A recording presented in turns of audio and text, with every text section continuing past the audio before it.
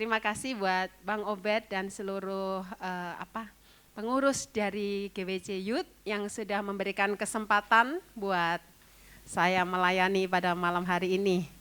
Kebetulan Bang Obed ini sudah kasih 2 minggu yang lalu tentang tema ini. Dan enggak sebuah kebetulan ya, karena biasanya itu 1 minggu. Jadi saya langsung menyiapkan gitu. Dan memang, ini belum nyala ya Dek ya? Oke. Memang puji Tuhan, Tuhan itu baik. Bahwa saya mempersiapkan 2 minggu yang lalu. Sebelum Bapak Gembala Pembina berpulang, sehingga jika mungkin dalam minggu-minggu ini mungkin kita banyak sekali ke distract, sehingga banyak yang mungkin tidak tersiapkan. Bukan sebuah kebetulan, karena Tuhan itu baik. Dan mungkin karena bulan ini adalah Februari ya, bulan kasih sayang, jadi temanya itu tentang kasih. Bahkan di tema BPD, itu semuanya temanya tentang kasih. Jadi kemarin kalau Bapak Gembala kita menyampaikan tentang kembali ke cinta mula-mula, nanti sampai akhir bulan Februari, semuanya berbicara mengenai kasih. Kasih yang mengampuni, kasih antara sesama, itu akan kita benar-benar kalau tema ini boleh kita diingatkan. Kadang kalau kita berpikir tentang apa itu kasih, anak Tuhan atau orang-orang percaya itu identik dengan kasih. Hukum kasih itu adalah hukum yang diajarkan oleh Tuhan Yesus. Kita semua kita kan sudah mungkin banyak yang terlibat di pembacaan Aba ya. Di situ kan kita melihat di Kejadian gimana Allah itu ketika hukum Taurat itu dilakukan atau dijalankan, kasihnya Tuhan itu menghanguskan kita. Artinya banyak hal yang benar-benar ada aturan yang membuat kalau manusia itu salah melakukan, itu mereka bisa mati gitu. Bahkan kita lihat gimana ketika tabut Allah mau dipindahkan dari rumah Obed Edom ya, itu kan jatuh ya, usia ya kalau nggak salah, dia coba mau supaya itu nggak jatuh, itu pun mati gitu. Niat baik itu kalau salah tetap salah gitu.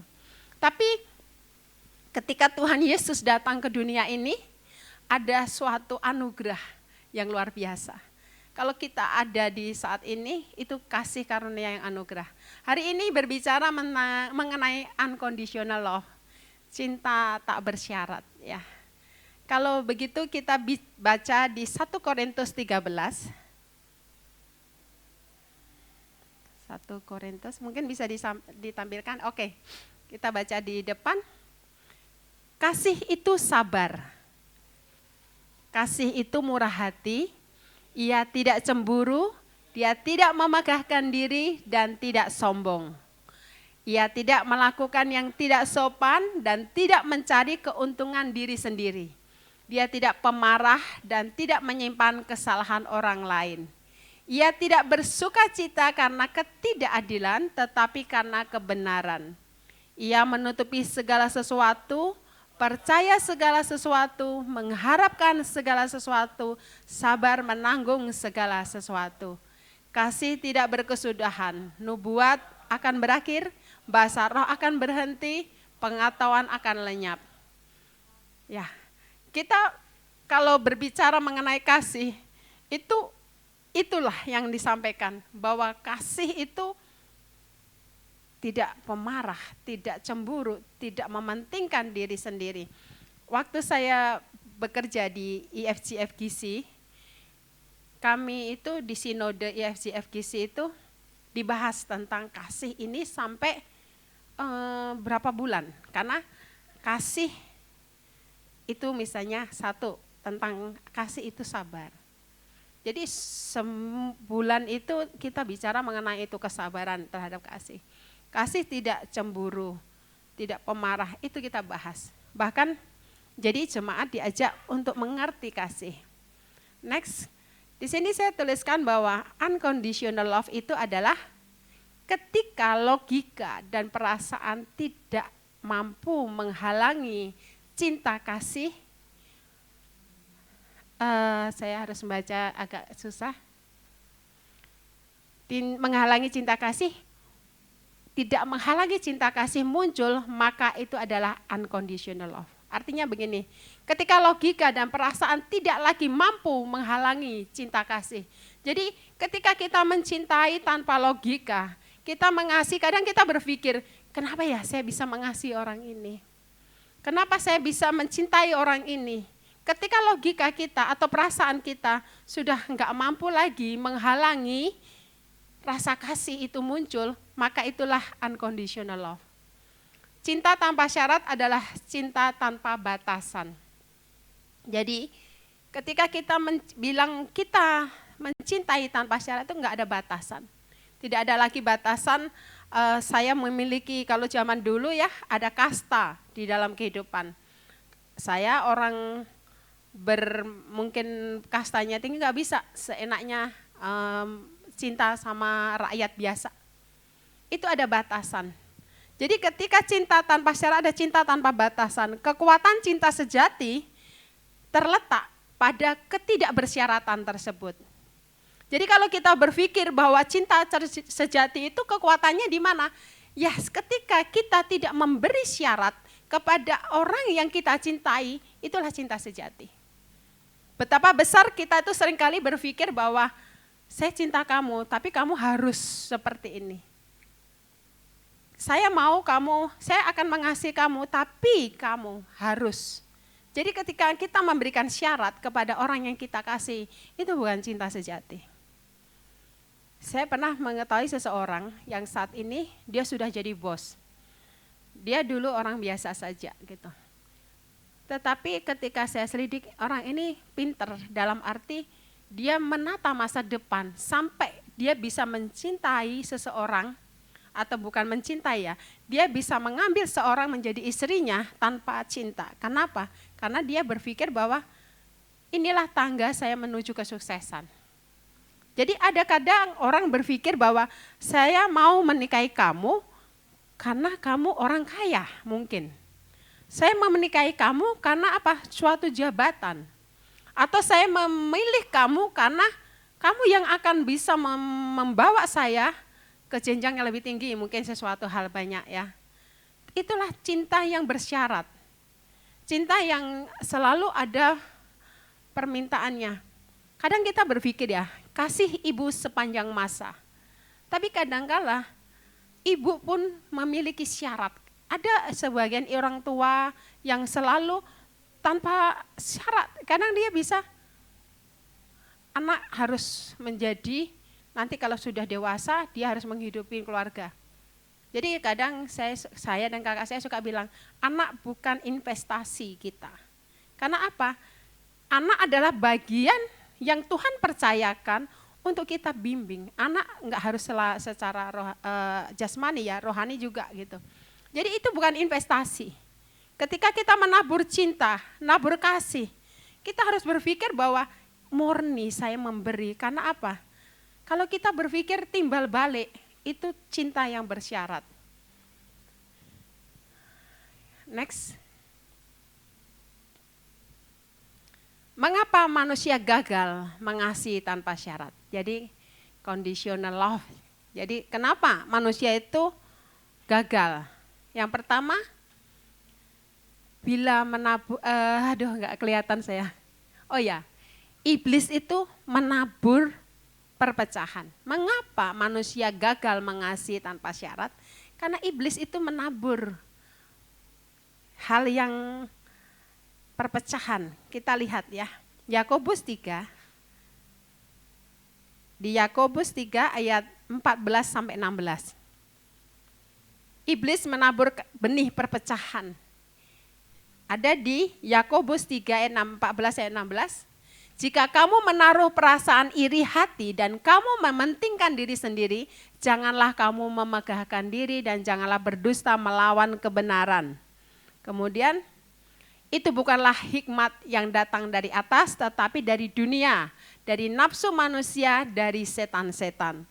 Nah, sebab di mana ada iri hati dan mementingkan diri sendiri, di situ ada kekacauan dan segala macam perbuatan yang jahat.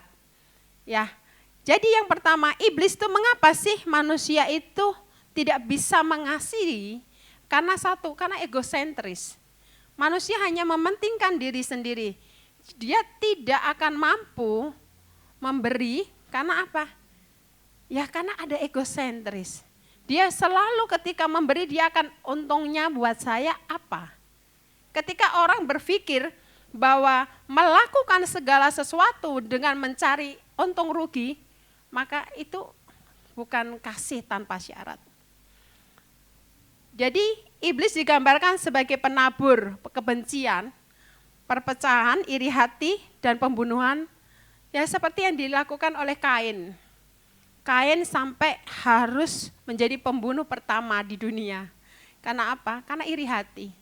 Ketika dia sendiri tidak melakukan bagian yang terbaik, tapi ketika orang lain melakukan yang terbaik dan dia mendapatkan anugerah, dia sudah tidak memandang namanya itu saudara. Dunia mengatakan darah lebih kental, tapi ketika iri hati ada di dalam hidup dan iblis menaburkan itu, maka dia tidak lagi memandang kasih kepada saudaranya Habel. Jadi teman-teman, mengapa sih kita ini, saya kok enggak bisa mencintai orang tanpa syarat? Karena tanpa kita sadari, kita seringkali kita itu ditipu oleh yang namanya iblis dengan cara yang lain. Hal sederhana saja. Kita capek suatu event ya, kita capek banget.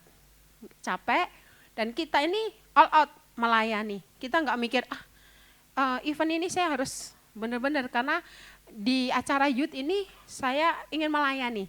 Beri hati, dengan segenap hati. Saya melakukan untuk Tuhan. Bagus enggak? Bagus.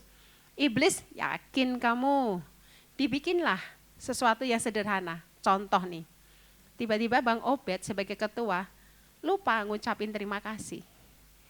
Ketika pidato misalnya pembubaran event, terima kasih kepada ini, dia lupa satu orang ini disebut. Iblis bisa kata-kata dia, nah pekerjaanmu sia-sia, kamu disebut aja kagak gitu. Itulah yang membuat kadang-kadang kita harus peka terhadap hal itu. Ketika kita melakukan bagian kita dan orang gak ngerti, gak lihat, gak usah kita sakit hati. Ketika kita mulai kesel, ketika kita mulai iri, yakinlah itu cara iblis membuat kita ini gak damai sejahtera. Jadi kalau kita dari awal berkata saya melayani untuk Tuhan, perkataan itu harus sesuai dengan perbuatan dan hati kita. Karena apa? Iblis itu nangkap nih, yakin lu buat Tuhan. Yakin kamu melakukan ini buat Tuhan. Coba dibikin gak dianggap. Mungkin orang kan berpikir, waduh saya kerja keras tapi gak dianggap. Itu rasa untuk Tuhannya hilang. Ya. Jadi iblis menabur benih perpecahan itu gampang. Apalagi di generasi sekarang ini. Di mana kita ini generasi yang saya bilang canggih, pinter, dan kreatif. Kalau dunia bilang generasi ini generasi yang lembek, enggak, patahkan itu. Generasi yang super bisa melayani dengan luar biasa. Tapi iblis juga lumayan pinter cari celah untuk bisa membuat kita ini down gitu. Jadi ketika kalian melakukan sesuatu, katakan Tuhan, aku mau melakukan untuk Engkau, proteksi hatiku, proteksi pikiranku, proteksi seluruh panca inderaku, dan aku enggak mau dihasut sama iblis. Dah. Jadi ketika kita capek dan manusia lain enggak ngerti, enggak usah dipikirin, karena Tuhan itu melihat kita. Ya, mengapa kita enggak bisa mencintai tanpa syarat? Yang pertama itu iblis tuh ingin kita ada perpecahan. Yang kedua, trauma karena penolakan. Trauma karena penolakan. Jadi orang yang mengalami penolakan seringkali self defense ya, dan tidak mampu mengasihi. Kenapa? Kadang kita ini ada orang-orang yang ketika dia sudah merasakan penolakan, pernah mengalami penolakan, defense, jadi kayak mental blocking.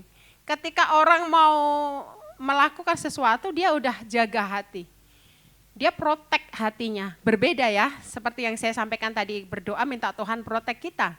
Kalau manusianya sendiri memprotek, itu dia nggak bisa tulus.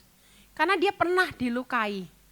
Dia mungkin dilukai itu mulai dari orang yang terdekat dengan dia. Mungkin orang tuanya tanpa sadar ketika ibunya mengandung, kemudian waktu ibunya mengandung dan dia kondisi ekonomi belum stabil dan ibunya nyesel, kenapa sih saya hamil? Kenapa sih Tuhan kasih saya hamil? Bahkan mungkin berkali-kali orang menggugurkan kandungan, itu bayi di dalamnya itu sudah tertolak. Jadi kalau kita pernah mempelajari tentang akar kepahitan, penolakan pertama adalah ketika di dalam kandungan. Jadi ketika di dalam kandungan ibu ini sudah mengalami penolakan, maka anak ini akan tertolak. Makanya gini, saya mempelajari kenapa dua anak yang dilahirkan ibu yang sama, bapak yang sama punya karakter yang berbeda. Karena masa dia hamil anak ini, itu menentukan sekali sifat atau karakter anak tersebut.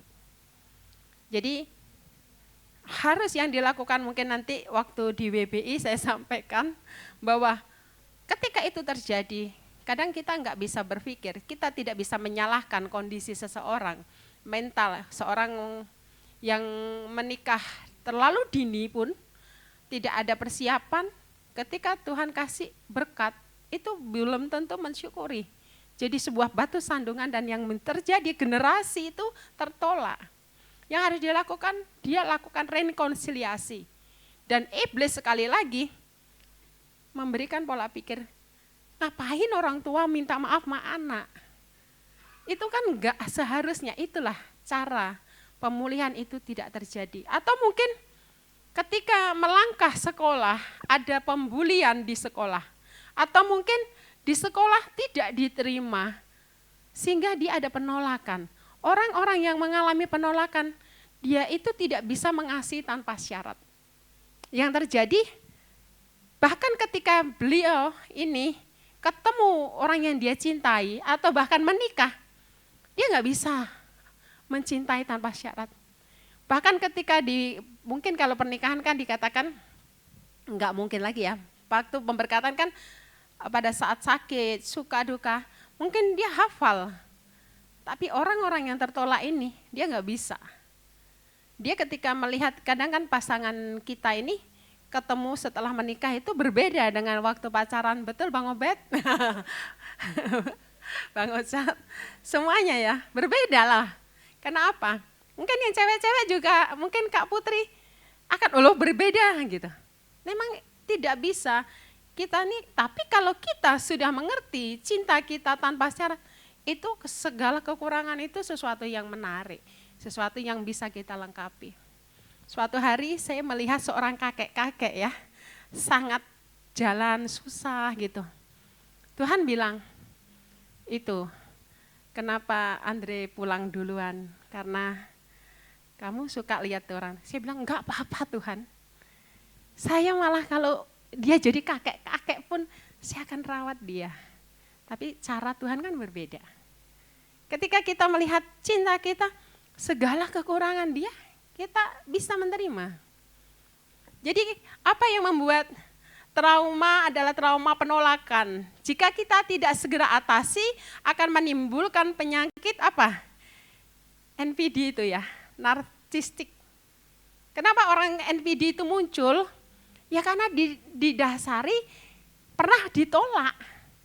Dia harus menyelimuti dirinya dengan cara membetengin jangan sampai luka lagi.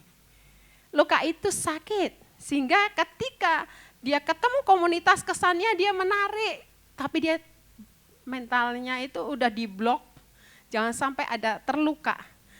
Ujung-ujungnya orang dengan kondisi mental yang ditandai dengan rasa kepentingan diri sendiri yang ekstrim ya, kalau narsistik tuh, kebutuhan mendalam untuk dikagumi dan kurang empati terhadap orang lain.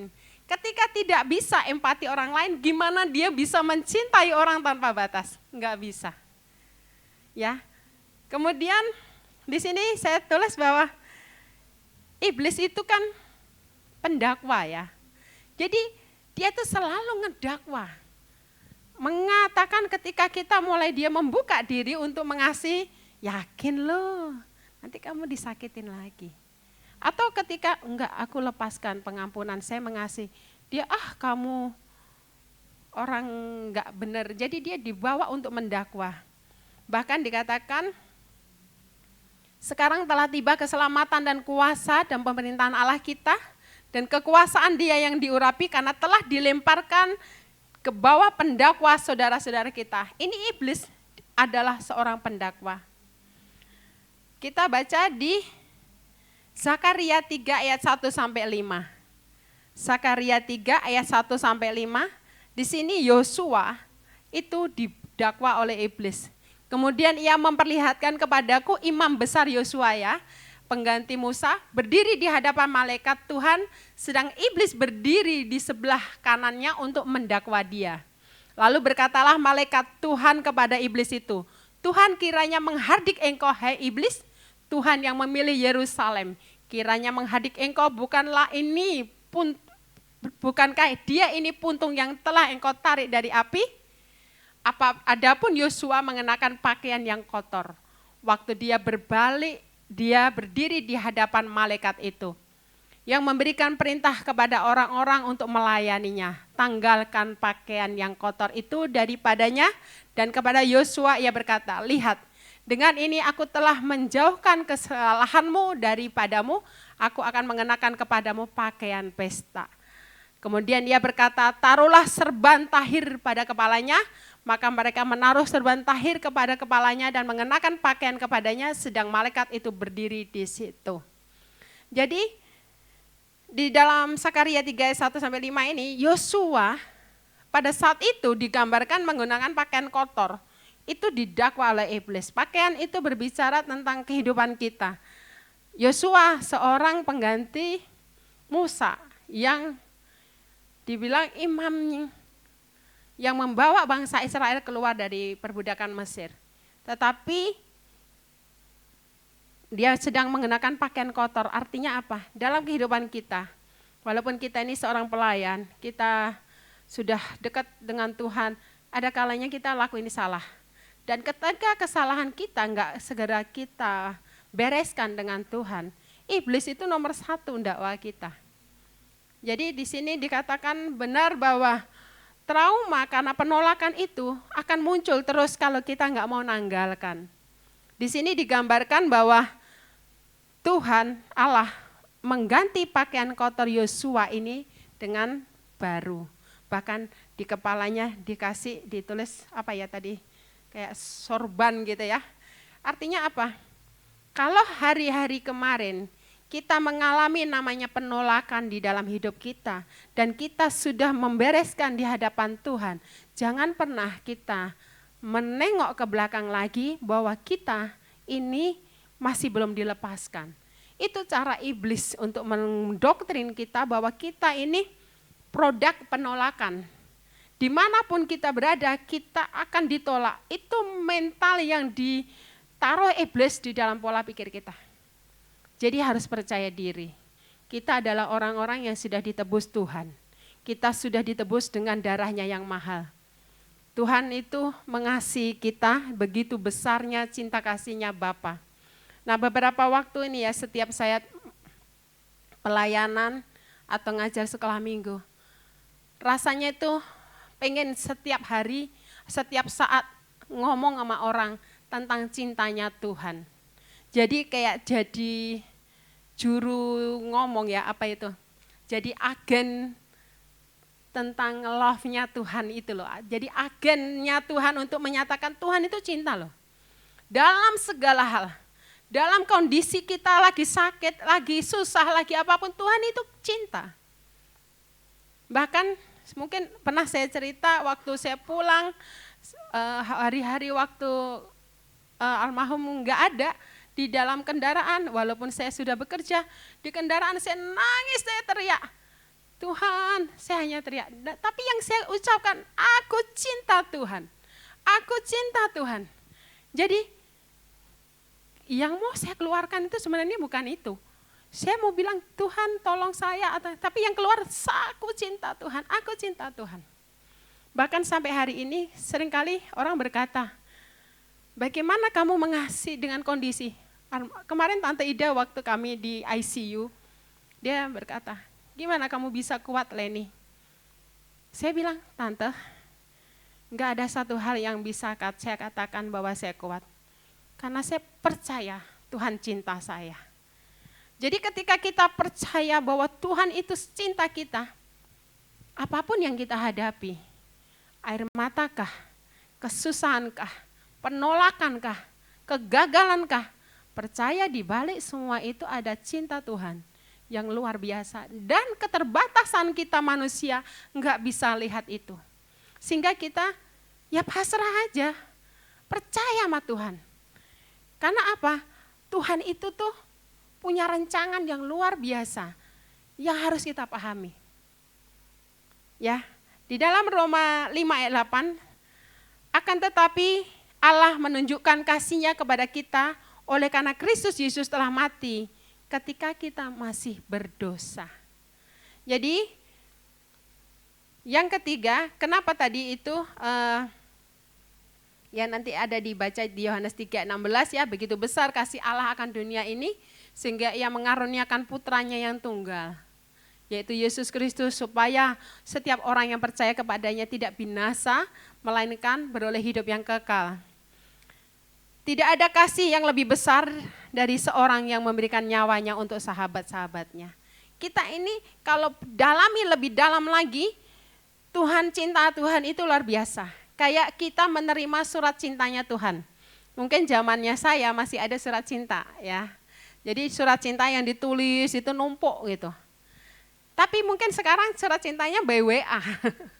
Atau mungkin tentang status Instagram mungkin ya, screenshot aja simpan. Karena surat cinta itu harus sering kita baca. Kenapa? Karena ketika kita sedang dalam kondisi down, kita ngerasa kita nggak dicintai, baca itu surat cinta. Baik secara benar-benar ya, cinta terhadap kalian punya suami istri, atau mungkin yang lagi sedang peneguhan, percaya. Jangan amarah yang membuat kita terus dan lupakan namanya penolakan. Malam hari ini setiap kita yang pulang, percaya kita sudah dibebaskan dari rasa penolakan. Amin. Yang ketiga, karena belum menemukan cinta sejati. Mengapa sih kita nggak bisa mencintai dengan tulus atau tanpa syarat? Karena belum ketemu cinta sejati. Gimana kita bisa mencintai seseorang dengan segenap hati? Kalau kita ini belum ketemu cinta sejati atau nggak pernah ya, belum. Ketika kita memiliki, maka kita dapat memberi. Ini satu hal yang selalu menjadi pedoman saya. Kita nggak akan pernah bisa memberi kalau kita nggak memiliki. Bagaimana kita memberi seseorang cinta tanpa syarat kalau kita sendiri nggak punya? Jadi belum bertemu cinta sejati itu membuat orang tidak mengenal namanya bagaimana aku ngasihi.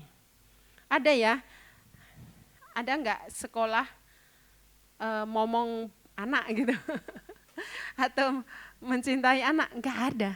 Itu naluri. Mungkin yang gadis-gadis saat ini kalau sama anak kecil ribet ya kali ya, kurang seneng gitu. Tapi nanti kalau suatu hari dimulai dari ponakan sendiri, itu muncul cintanya. Apalagi anak sendiri ya. Jadi gimana mau ketemu cinta sejati kalau kita sendiri nggak membuka hati. Kita sadar kasih dan keselamatan yang kita terima itu adalah cuma-cuma. Maka tidak sebaiknya kita tidak memberi. Tadi kan ayat yang sebelumnya Yohanes 3 ayat 16, Yohanes 15 ayat 13. Bahkan cintanya Tuhan itu kepada kita saat kita masih berdosa. Bukan saat kita masih baik-baik saja. Bukan ketika kita sempurna Tuhan cinta kita. Tapi saat kita bukan siapa-siapa. Saat kita ini enggak layak di hadapan Tuhan, tapi Tuhan terima kita, itu cinta sejati. Jadi kalau nanti ada orang mau menembak kalian, di saat kalian kondisi sukses mewah, coba diteliti dulu. itu cinta sejati atau cinta apa ya. Tapi kita tahu, carilah anak Tuhan. Ya nggak salah kalau malam minggu ada di gereja. Karena disinilah kita bisa ketemu pasangan-pasangan yang takut Tuhan. Setidaknya takut Tuhan dulu ya. Karena dulu saya juga ketemu pasangan juga di gereja. Artinya nggak salah. Kalau kita ketemu pasangan, ini saya melihat gini. Cici kan udah pernah kerja itu banyak tempat. Jadi saya lihat pemimpin itu mempengaruhi. Jadi kalau pemimpinnya suka minum, meeting itu ujung-ujungnya ada minum. Jadi mulai dari direksi, level manager, mungkin supervisor udah suka minum. Tapi ada lagi, kalau pemimpinnya suka cewek, ini ketahuan benar. Itu muncul. Artinya apa? Itu harus menjadi, kita harus lihat siapa atasan kita ini, enggak boleh kita patah kalau yang negatif ya. Artinya gini, kalau kalian ke gereja, ketemu pasangan, setidaknya itu anak Tuhan. Tapi kalau kita sukanya di klub, ketemunya enggak mungkin itu anak-anak Tuhan. Ya bisa jadi anak-anak Tuhan lagi penginjilan di situ. Tapi kalau kita sering di klub terus, ya ketemunya anak-anak hantu. Atau kalau kita seringnya ketemu ke pasar aja, ketemu orang, ya ketemunya nanti pedagang. Di mana kita ditempatkan.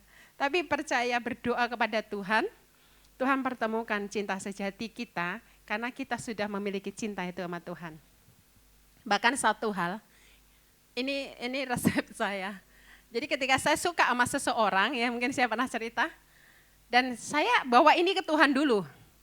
Jangan bawa ini ke teman. Teman dekat itu kadang-kadang menipu. Jadi ini orang suka sama aku, menurut saya, udah gak apa-apa. Belum tentu ya. Bawa ke Tuhan. Bilang, Tuhan aku cinta banget sama orang ini. Tapi kalau dia gak baik buat aku nangis pun jangan kasih Tuhan. Itu doa saya. Jadi pernah gak patah hati? Pernah. Karena Tuhan gak mau kasih itu. Saya suka, Tuhan saya suka sama orang ini. Tapi kalau dia gak baik buat saya, Tuhan Leni nangis apapun jangan dikasih ya Tuhan. Dan itu memang karena kita kasih kuasa ke Tuhan. Ya, jadi kita harus memiliki cinta sejati. Terus kalau berpikir, kan saya nggak dapat itu di rumah, saya nggak dapat di komunitas. Satu hal yang kita lupa, kita dapat dari Tuhan. Ya, jadi kita harus percaya cinta kasih Tuhan itu nggak ada batasnya. Memiliki kasih tanpa syarat itu tidak instan, ya. Next. Kenapa? Apa yang harus kita lakukan supaya kita bisa memiliki cinta sejati tadi? Mengaktifkan DNA ilahi dalam hidup kita. Weh, keren ini, mengaktifkan DNA. Tapi memang benar. Karena DNA kita ini adalah DNA kerajaan surga. Jadi kalau kita enggak berpikir bahwa kita ini adalah anak Allah, dan kita memiliki Allah yang luar biasa yang memberikan kasih-Nya, makanya Tuhan Yesus adalah hukumnya adalah hukum kasih, kita harus sadar itu. Maka kita akan menyadari kita mampu mengasihi sesama kita. DNA adalah DNA surgawi, egoisme, dan mementingkan diri sendiri tidak lagi mendominasi kehidupan anak-anak Tuhan. Jadi kalau kita merasa bahwa diri kita anak-anak surga, anak-anak Tuhan, maka egoisme, mementingkan diri sendiri enggak bisa mendominasi. Kasih yang muncul itu ya kasih. Ketemu orang tanpa sebab kita bisa ngasihi. Ada anak-anak, kalau guru-guru sekolah minggu, enggak nyari anak-anak yang mulus-mulus saja, yang cakep-cakep. Orang yang kucel pun kalau kita lihat, wah kita timbul rasa kasih. Ya. Kemudian generasi ini harus menyadari, kita ini harus menyadari generasi kita bahwa identitas hidup anak-anak Allah itu dan mampu meneladani Tuhan. Jadi kita harus menyadari bahwa kita ini generasi beda. Kita ini adalah anak-anak Allah. Orang bilang anak Allah kayak gitu, oh beda. Mungkin penampilan kita biasa aja, tapi saya anak Tuhan, anak Allah. Itu benar sebagai mandatori, harus kita ada di pola pikir kita. Kita nggak bisa lagi dibilang oh ya enggak lah, aku kan biasa aja. Jangan. Kesannya merendah, tapi itu mempermalukan atau membuat Tuhan kecewa loh. Kalau kita enggak mengakui bahwa kita ini anak Allah. Menyadari kita ditebus dengan tanpa syarat. Efesus 2 ayat 8-9 saya bacakan aja. Sebab karena kasih karunia kamu diselamatkan oleh iman. Dan itu bukan hasil usahamu, tapi pemberian Allah. Itu bukan hasil pekerjaanmu, jangan ada orang yang memegahkan diri. Melihat keteladanan yang nyata dari Tuhan Yesus. Tuhan Yesus itu mengasihi kita sampai rela mati di kayu salib. Bahkan kalau teman-teman baca di Yohanes ya, surat doa Tuhan kepada Yohanes 14 kalau nggak salah pasalnya ya, itu doa tentang doa Yesus buat murid-muridnya. Itu saya kalau baca itu sedih, air mata itu saya bisa melihat cintanya Tuhan gitu. Bahkan ketika seakan-akan beliau itu lagi berbicara kepada Bapaknya mengenai kita. Cinta Tuhan, keteladanan Tuhan. Menunjukkan kasihnya kepada kita karena Kristus itu mati buat kita. Itu seorang yang memberikan nyawanya buat sahabatnya, itulah cinta sejati. Membuang paradigma yang salah mengenai kasih ya. Ya, jadi kita kasih tadi yang kita sudah lihat, kasih itu harus sabar dan itu nanti harus dipelajari. Jadi ketika kita mulai cemburu, cemburunya sampai membuat kita akal sehat hilang, itu bukan kasih. Atau ketika kita amarah, pasangan kita lagi gandeng nenek-nenek aja cemburu. Marah, itu kan perempuan gitu, padahal itu udah nenek-nenek ya. Jadi kita akhirnya kemarahan itu logikanya hilang. Nah itu bukan kasih. Jadi membuang paradigma yang salah tentang kasih ya. Yang kedua, merubah pola pikir manusia lama, yaitu dunia mengajarkan kepada kita, kalau kamu baik kepadaku, aku lebih baik kepadamu. Kalau kamu jahat kepadaku, aku lebih jahat kepadamu. Itu harus dibuang. Ya, kita harus enggak boleh seperti itu. Kenapa? Dunia itu selalu mengajarkan untung rugi. Ya, pola pikir lama dibuang. Untung rugi itu harus dilakukan. Kadang, tapi kita mulai bahwa begitu terbiasaan timbal balik sehingga kita tidak merasakan bahwa kita ini pantas untuk memberi tanpa menerima. Ketika kita suka, dunia itu suka menormalisasi mengenai segala sesuatu. Ya, akibatnya kita menjadi seperti itu. Dunia dengan self compassion ya sebenarnya itu menerima, mengasihi, membantu seorang lebih menerima diri sendiri. Dimulai dari menerima diri sendiri tadi. Ketika penolakan itu harus cinta kasih, bukan egosentris. Egosentris itu segala sesuatunya maunya kita terus. Tapi kalau menerima diri sendiri, menyadari kita ini salah. Kemarin saya mungkin tertolak. Saya harus mengasihi diri saya, harus mengasihi diri saya. Mengasihi diri itu menerima, penerimaan. Kalau kita enggak bisa menerima diri kita sendiri, ya kita enggak bisa menerima orang lain. Ketika kita enggak bisa menerima orang lain, kita enggak bisa mengasihi orang lain. Ya. Kemudian di dalam Roma 12 ayat 2, janganlah kamu menjadi serupa dengan dunia ini, tetapi berubahlah oleh pembaharuan budimu sehingga kamu dapat membedakan manakah kehendak Allah dan yang baik dan yang berkenan dan yang sempurna. Berbeda dasar mengasihi sesama. Alkitab mengajarkan kasihlah sesamamu manusia seperti dirimu sendiri. Jadi sekali lagi, kalau kita enggak bisa mengasihi diri sendiri, enggak bisa kita mengasihi orang lain. Ya. Kita harus merubah pola pikir kita, manusia lama kita. Bahaya kurang mencintai diri sendiri itu bahaya. Karena apa? Kurang mencintai diri sendiri dapat menyebabkan minder, ya. Kemudian tidak percaya diri dan mudah membandingkan diri dengan orang lain. Ya. Jadi ketika kita mulai rasa kurang mencintai diri sendiri ya minder. Minder akibatnya orang minder itu kadang-kadang malah berbuat jahat loh. Karena apa? Karena dia merasa, oh saya harus, yaitu tadi, mental blocking, kemudian defend di dalam pekerjaan, di dalam komunitas. jadi kurang teman. Kenapa? Ya itu tadi, orang-orang pun, aduh jangan dekat-dekat sama dia lah. Kenapa? Dia kayak itu, suka menang sendiri gitu mungkin ya. Yang ketiga terakhir, lakukan saja atau just do it ya. Kalau saya bilang, let's do it boleh. Mulai melangkah, melihat dengan segala sesuatu dengan kacamata yang berbeda. Dan kita mulai lagi dari kebiasaan ini. Mulai melangkah, melihat segala sesuatu dengan kacamata yang berbeda dari kebiasaan manusia lainnya ya, atau manusia kebanyakan. Tidak lagi mudah menghakimi.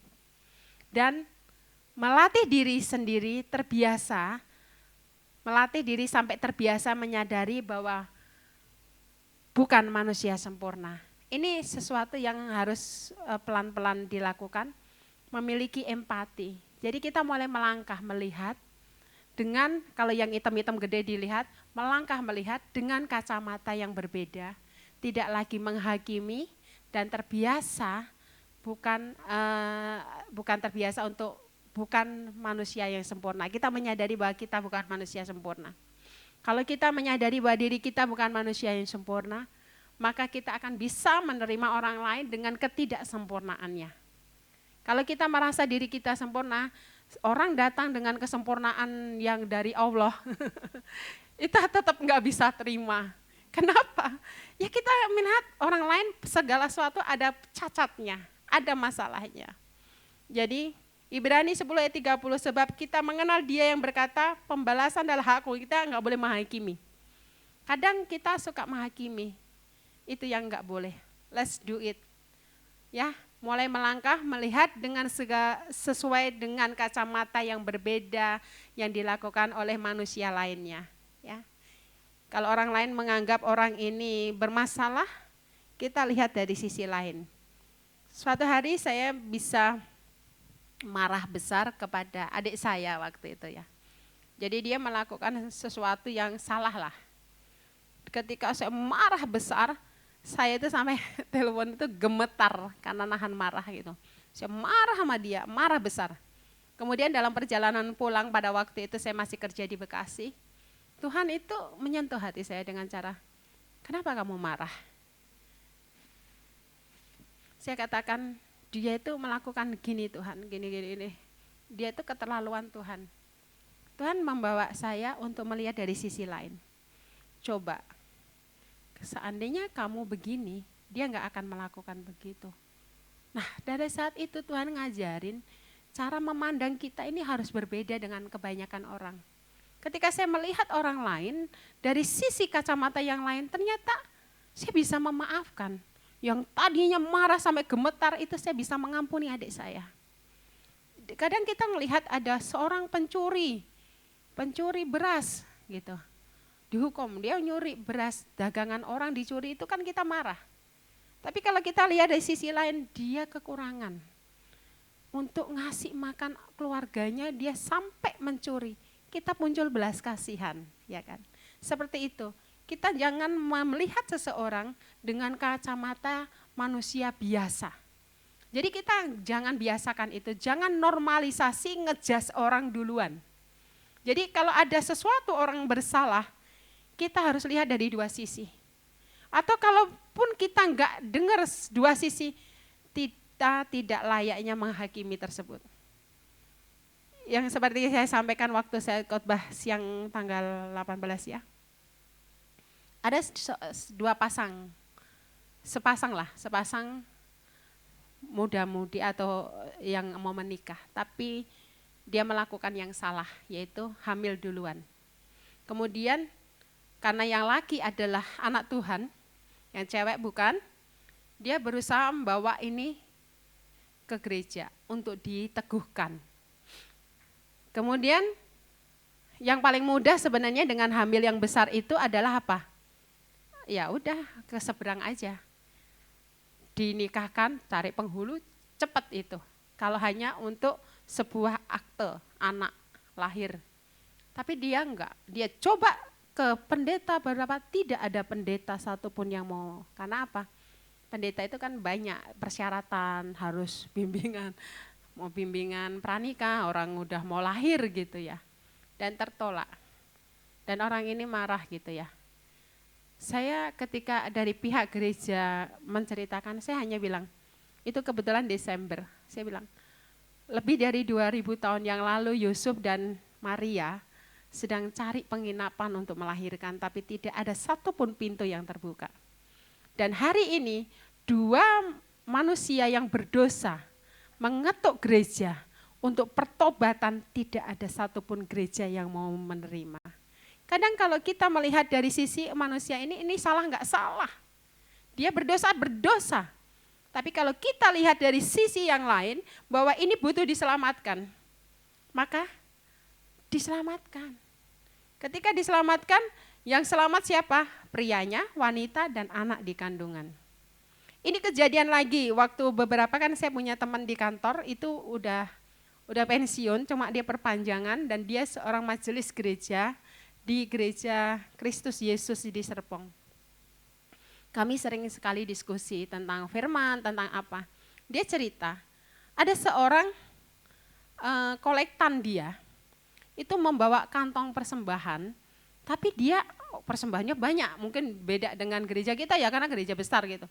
Dia membawa uang itu masuk. Suatu hari ada seorang yang memberi banyak dan dia konfirmasi, saya tadi memberi di kantong persembahan sekian, berapa, mungkin di atas 5 juta kalau nggak salah ya. Dan ternyata kurang. Dilihat di CCTV ternyata saat hitung kolektor dia ambil, dia masukin gitu. Ibu ini ditangkap, dalam arti disidang oleh gembala sidang. Kemudian ada yang ya namanya kayak di kita kan ada namanya staf gembala gitu ya. Ada yang mau laporin ke polisi.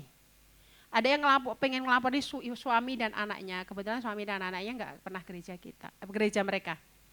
Tapi bapak ini yang teman saya ini dia bilang gini, jangan, ibu mengakui, ya saya mengakui dan salah.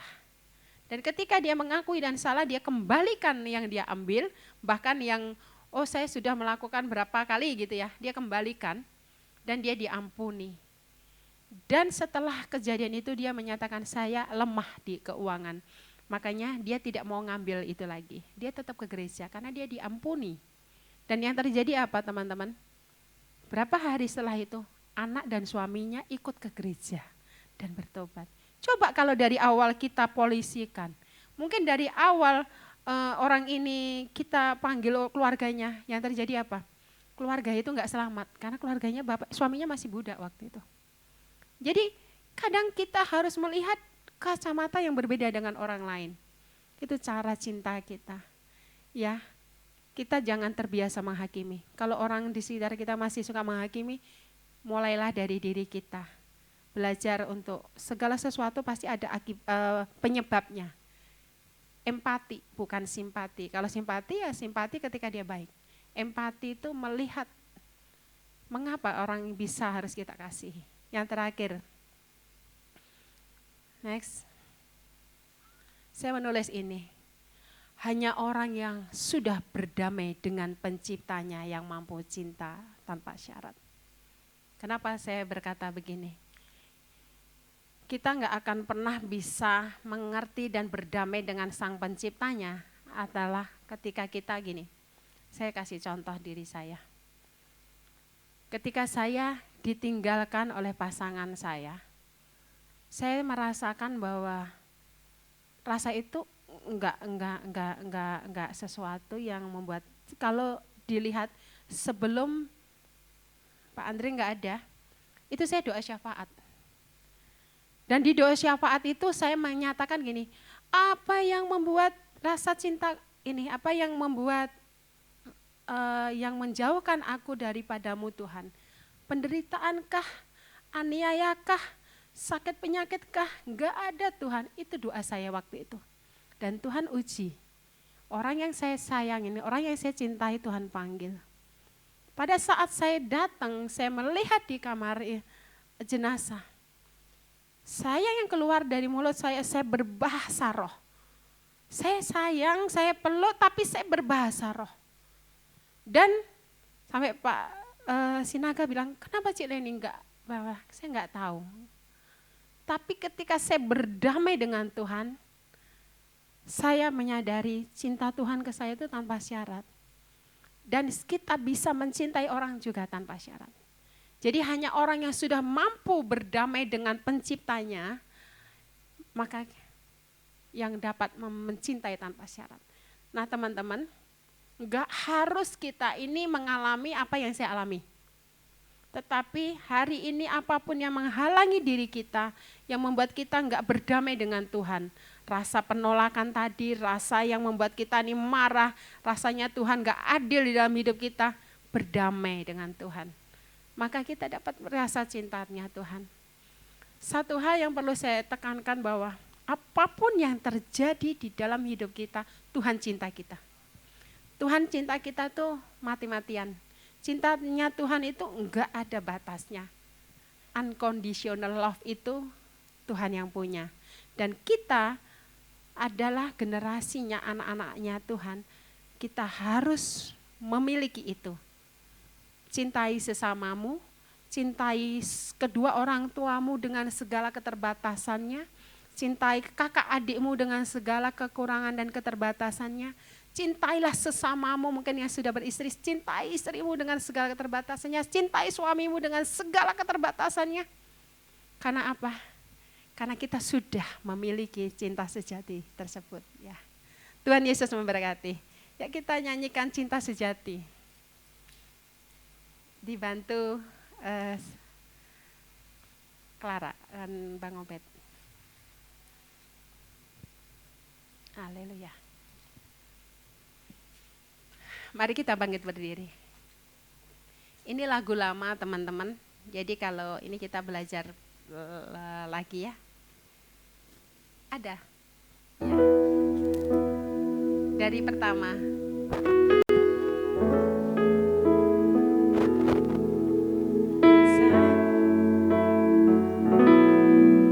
Saat ku renungkan hidup bersamamu, seringkali ku melupakanmu.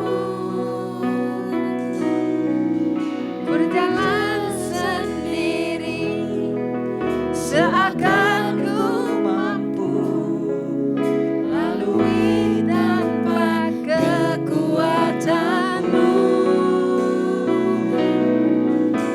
Semakin berat beban hidupku,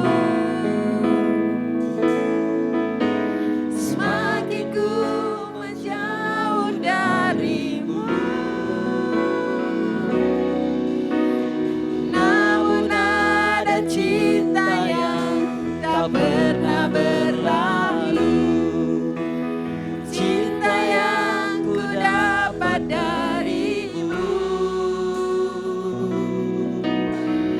Tak teruji lalui rendahnya sang waktu, kau mati bagiku, berkorban untuk diriku. Kita mulai dari awal.